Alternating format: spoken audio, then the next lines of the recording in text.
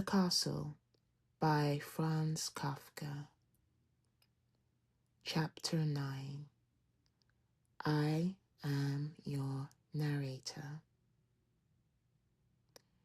And he tore himself free and went back into the house, this time not along the wall, but straight through the snow, and met the landlord in the hall, who greeted him in silence and pointed towards the door of the tap room.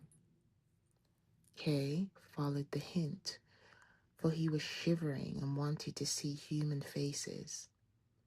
But he was greatly disappointed when he saw there, sitting at a little table, which must have been specially set out, for usually the customers put up with upturned barrels, the young gentleman, and standing before him, an unwelcome sight for Kay, the landlady from the Bridge Inn.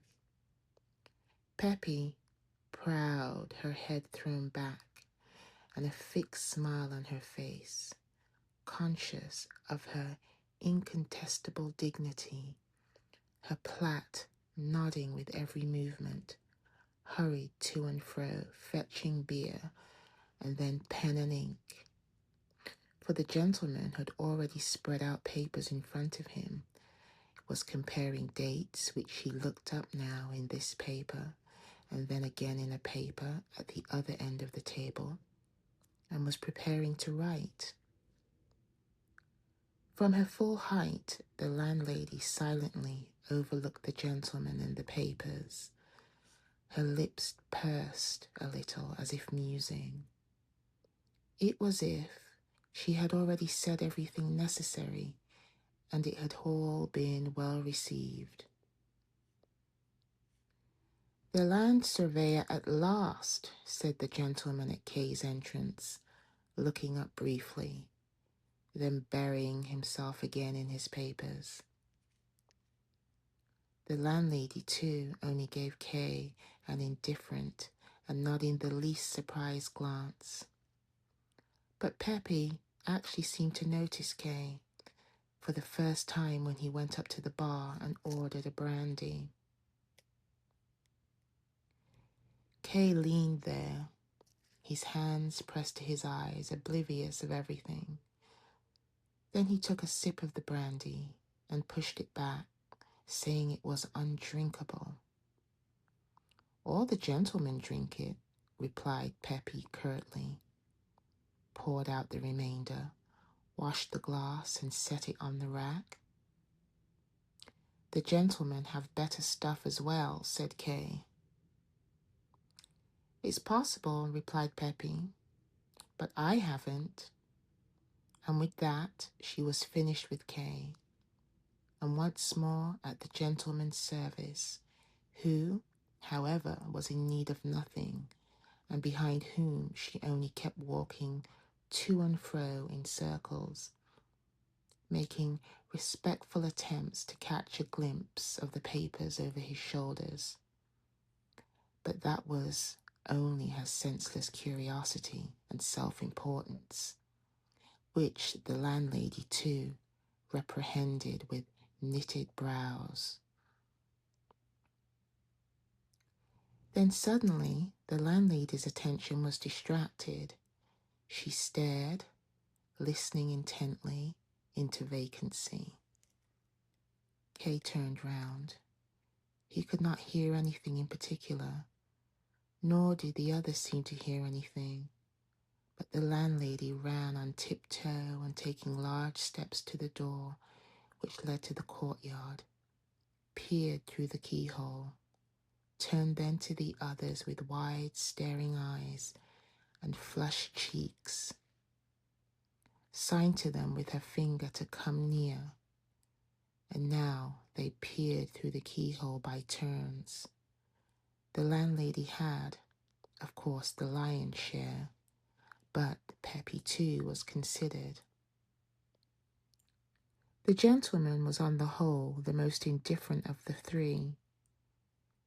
Pepi and the gentleman came away soon, but the landlady kept on peering anxiously, bent double, almost kneeling. One had almost the feeling that she was only imploring the keyhole now to let her through, for there had certainly been nothing more to see for a long time.